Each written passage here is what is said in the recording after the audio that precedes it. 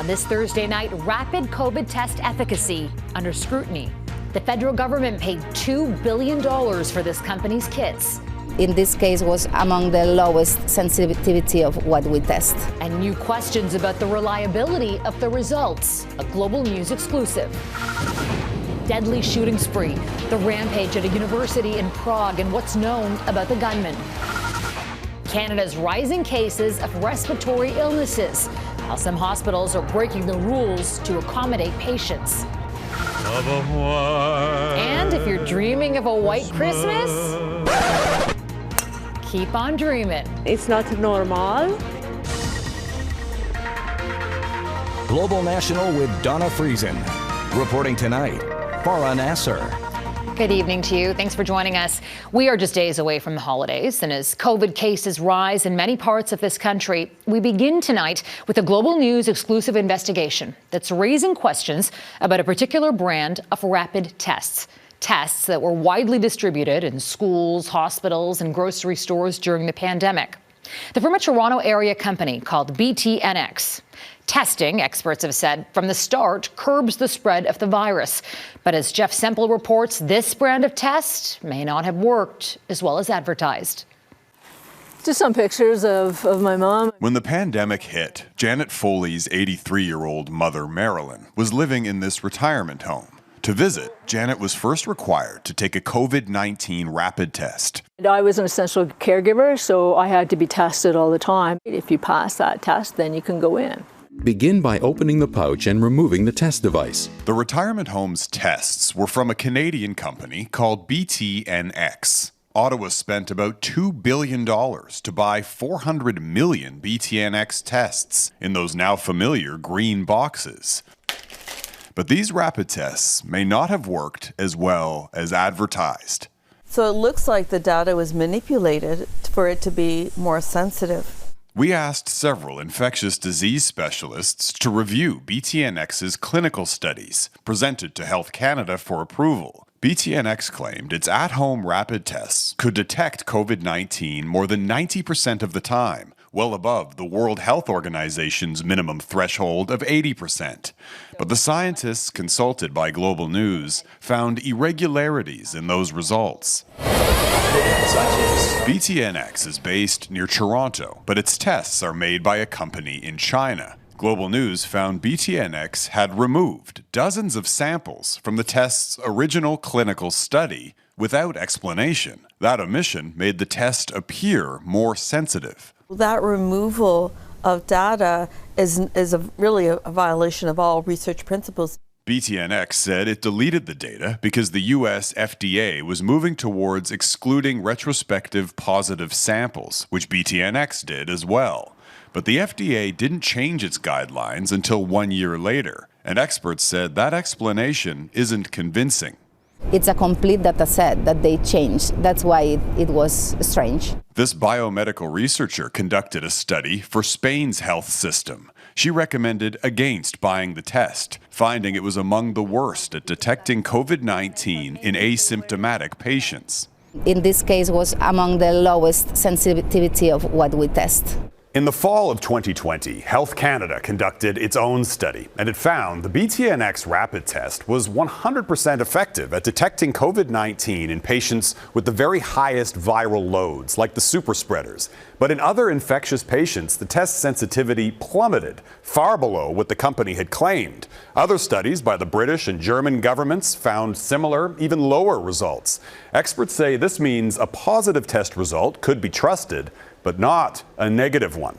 Typically, we would say that's unacceptable and deem that the test is not good enough to be able to let us know that an individual is actually infectious. In response, BTNX accused Global News of cherry-picking data. It said the Canadian and German health ministries used poor samples which did not accurately represent test efficacy, though regulators around the world were using the same method. BTNX provided results from several private studies showing higher sensitivity levels, conducted in countries such as Pakistan and Mexico, but it declined to share the raw data. Remove the swab. In February 2021, Health Canada approved the BTNX test. If used properly, the instructions said the tests were more than 90% effective. I think it's outrageous that the public wasn't as aware of the discrepancies in the testings that had real-life implications. Health Canada said it had no plans to reassess the BTNX device. A spokesperson said all authorized tests are supported by scientific evidence demonstrating that they consistently met standards to provide accurate and reliable results. Janet Foley feels her trust in the rapid tests was betrayed. It's unconscionable. In 2022, Foley's mother, Marilyn, died of COVID-19. It's unclear how the virus entered her nursing home. Her last moments with her mom were spent in full PPE, holding her hand through a glove. Jeff Semple, Global News, Toronto. We asked Prime Minister Justin Trudeau about how these tests came to be approved and if there are plans for a review. One of the things we have to remember is during the pandemic, we were doing everything we could in unprecedented ways to get as many different ways of keeping Canadians safe as we possibly could. There's no doubt and obviously lots of lessons to learn about things that worked really well, about things that we probably won't be doing again in the next pandemic when it comes. It's not just COVID-19 that's circulating this holiday season. Cases of influenza and RSV are also on the rise, putting pressure on hospitals across this country. While a spike in respiratory viruses is normal for this time of year, health officials fear the situation has become far more serious as fewer Canadians get vaccinated. Heather Yerkes-West reports. It's the one thing you can count on every December. 'Tis the season for the flu. It's pretty rough right now. I mean, we've had a really explosive, aggressive influenza season, the sharp takeoff, and really high hospitalization rates. Across the country, cases of COVID, the flu, and RSV are surging at virtually the same time, putting pressures on hospitals and ICUs. We have so many people in our intensive care unit who have really bad influenza. In fact, just a rough census shows that about 60% of our patients are influenza complications. The situation became so crowded in healthcare facilities across Regina this week, some hospitals were found in violation of national fire codes. As you know, this is our respiratory season where we have quite high volumes of patients right now. Getting your vaccine regimen of both the flu vaccine and the COVID-19 vaccine for the newest variants means that particularly for vulnerable people, for elderly people, are going to keep folks out of hospitals, are going to reduce pressure on our hospital system. Across the country, the number of people choosing to roll up their sleeve has fallen dramatically. Just 15% of Canadians got their updated COVID shots this fall. And in some parts of the country, like Ontario and the North, the uptake was even lower. I think we're seeing a lot of vaccine fatigue, and it's really understandable. It has been a rough last few years. In Alberta, the number of people immunized against the flu is currently at a 12-year low. But doctors say it's not too late. The respiratory virus season typically peaks after the holidays, but lasts until April or May. Heather Yerkes-West, Global News, Calgary. In Prague now, a lone gunman killed at least 14 people and wounded 25 others in a shooting rampage in the heart of the city. It happened at Charles University near a busy tourist area in Prague's Old Town. Police say the gunman, who was a student at the school, also died. Our Crystal Gamansing is tracking the story for us tonight. Crystal. Farah, this is the largest mass shooting to occur in Prague in modern history, and so there is an overwhelming sense of devastation that's being expressed. Police say the man responsible is a 24-year-old who acted alone and attended the university. The victims, according to police, were randomly shot. Many in the community didn't know what was happening, but went to the scene because of the heavy police presence. When I arrived here, the guys from the Special Forces told me that the attack is happening in the faculty, which was for me even more stressful because my daughter was over there. Police had cleared the Faculty of Arts building, but the attack unfolded at a different location at the university. They went to the university originally looking for a student whose father had been found dead earlier in the day in a nearby town. Officials say the shooter who was found dead at the scene had several guns registered to him. The Czech president has expressed shock about the deadly shooting. The prime minister has called it an inexcusable act. Foreign leaders are expressing their condolences to the families of the victims and the community at large, including Prime Minister Justin Trudeau. As for a motive, that hasn't been made clear as of yet. However, the Czech Interior Minister has said that he does not believe that this shooting is linked to any international acts of terrorism. Farah? Crystal Gomansing in London. Thank you, Crystal. There is still no agreement on a plan to get more aid into Gaza as the U.S. continues to delay a vote at the UN Security Council. Several UN agencies have issued stern warnings of an even greater humanitarian catastrophe inside the besieged territory, with the risk of famine increasing and the lack of medical care getting even worse. Jackson Prosco reports in a warning the story contains disturbing images. The situation in Gaza continues to grow more desperate by the hour. There's not enough food, water, or medicine. The UN warns more than 500,000 residents, 1 in 4, are starving. The World Health Organization says there are no longer any fully functioning hospitals in the northern part of Gaza. They don't have specialists, they don't have surgeons, they don't have power, they don't have water, they don't have food. Gaza's health authority says nearly 20,000 people have been killed during the fighting. More are at risk from starvation and disease. Behind the scenes, fierce negotiations are underway to allow more aid to reach civilians. But for a third day, the UN Security Council delayed a vote on a humanitarian resolution as the U.S. and Egypt debate who should inspect materials headed into Gaza, a key demand by Israel. The U.S. says it still supports Israel's military decisions. We are not dictating terms and timelines to the Israelis. We have certainly talked about the importance of moving to lower intensity operations, and obviously we don't want them to do it sooner than they think they can do it safely and effectively. Israeli Prime Minister Benjamin Netanyahu is not backing down. The choice I propose to Hamas is very simple, he said: surrender or die. As Hamas rockets continue to fly over Tel Aviv, families of Israeli hostages worry time is running out, with Hamas rejecting calls for another prisoner swap until Israel ends its military campaign. My kid, I don't want him in a bag. I still have hope. But that hope each day that passes by, much more difficult. With both sides digging in, civilians will continue to suffer. Each day brings new horrors and little reason for hope. Jackson Prosco, Global News, Washington. And Ottawa has announced new temporary visas for people in Gaza with extended family in Canada. Immigration Minister Mark Miller says people will be offered 3-year visas if they meet the criteria, but he does warn that the government cannot guarantee their safe passage.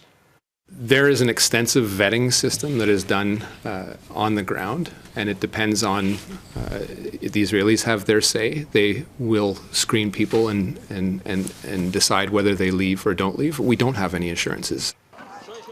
The government has focused on getting Canadians permanent residences, their spouses and children out of Gaza, but starting on January 9th, the program is going to be extended to include parents, grandparents, siblings, and grandchildren.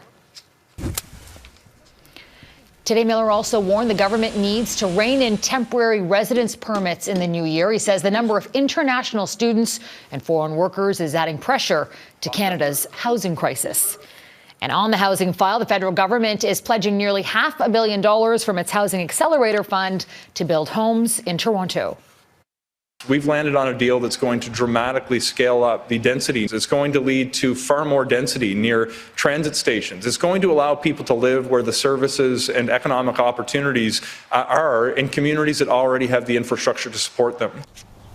The Liberals say the money will help the city fast-track 12,000 new homes over the next 3 years and more than 50,000 over the next decade. A heartfelt plea to Ottawa. Coming up, what Indigenous families say needs to happen to help find their missing loved ones.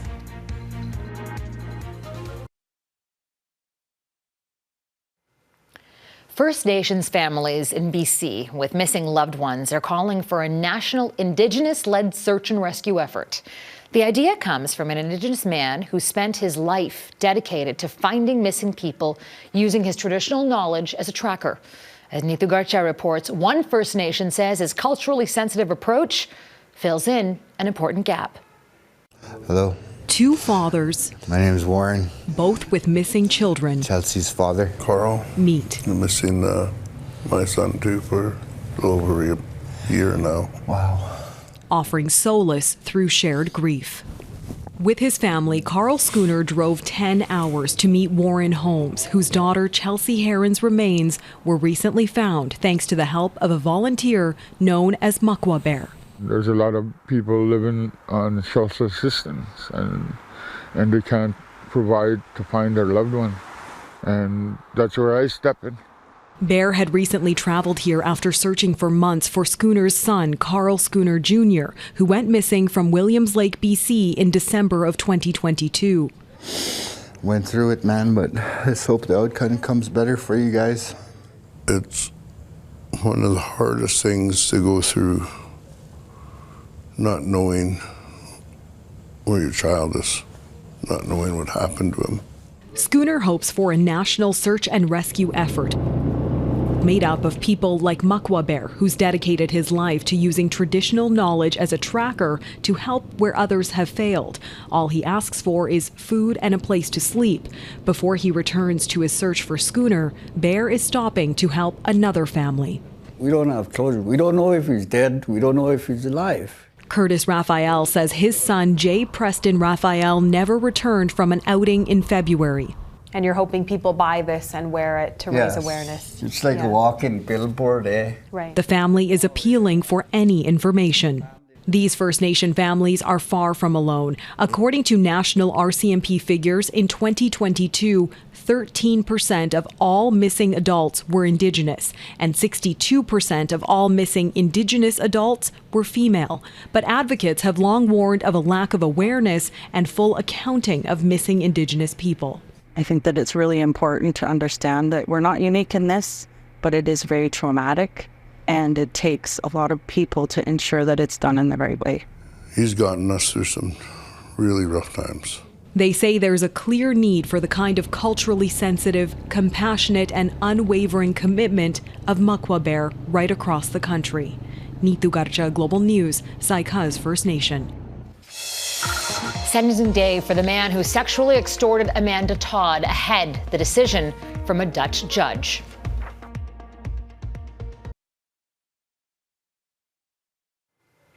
A Dutch man has been given a 6-year prison sentence for harassing and extorting British Columbia teenager Amanda Todd before her death by suicide more than 11 years ago. Last year, Aidan Coben was convicted in BC and handed a 13-year sentence by provincial court. Today, an Amsterdam court cut that sentence to 6 years, the maximum allowed under Dutch law. Coben will begin serving the term after he completes an 11-year sentence that he is already serving. Soccer's main governing bodies have lost a landmark case that threatens their hold over the sport in Europe. Europe's top court has ruled that FIFA and UEFA, which oversees European football, broke the law by blocking the formation of a Super League in 2021 and preventing clubs from competing in the proposed competition. The court said the decision doesn't guarantee the Super League will be approved. Putting the no in snow next, a reality check for Canadians hoping for a white Christmas.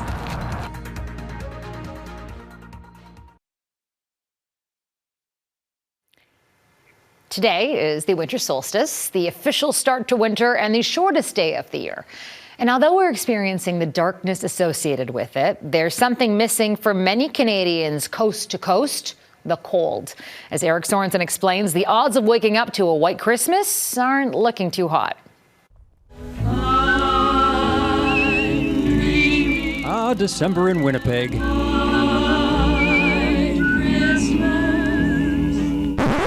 Wait, that was last year. This is December 2023. Barely a trace of snow in a city with a 98% chance of a white Christmas historically. In Winnipeg, it is an issue. Have you seen something like this before? Never. In Toronto, a green Christmas. In Montreal, Noël vert. In Calgary, yeehaw, no snow. Winter's officially here, and in BC's ski country, they have to make snow. It got pretty slushy and soupy pretty quickly, which is why we're on our way back down. For decades, northern Canada has been a shoo-in for a white Christmas. Only in southern BC and Green are the chances low historically. This year, vast stretches of the country, where most Canadians live, a low chance of a white Christmas. Sometimes, I think before the first day of winter, we've already had enough of winter in Canada. And this year, it's missing in action. Just look at Ottawa, one of the coldest capitals in the world, where today it was easier to swim on the canal than skate on it. I grew up here, so I'm very much used to the really big snowbanks, which I guess we're just not really seeing anymore. Not anymore in early winter, it seems, a combination of long-term climate change and the short-term warm Pacific currents. It's El Nino. El Nino has been just preventing winter from coming in this country. At least the travel should be easier, not the highway horrors and the airport nightmares many lived through a year ago. On the East Coast, a mix of snow with rain is in the forecast, but what snow there is in Ottawa probably won't last the weekend for disappointed tourists. We hadn't no snow, and it's not normal. Winnipeg still has a chance to be normal. The forecast touch and go for the 2 centimeters officially required to qualify for a white Christmas morning. I prefer a white Christmas. Yes, but tell the truth about the weather. I'm not going to lie and say I'm not kind of enjoying it, though. A true Canadian wish list, snow and warm weather for Christmas. Eric Sorensen, Global News, Toronto. Too much to ask? That's Global National for this Thursday. I'm Farah Nasser, and tonight's Your Canada is the Stars of Place Down in Montreal. Until tomorrow, take care of yourselves and take care of each other. Good night.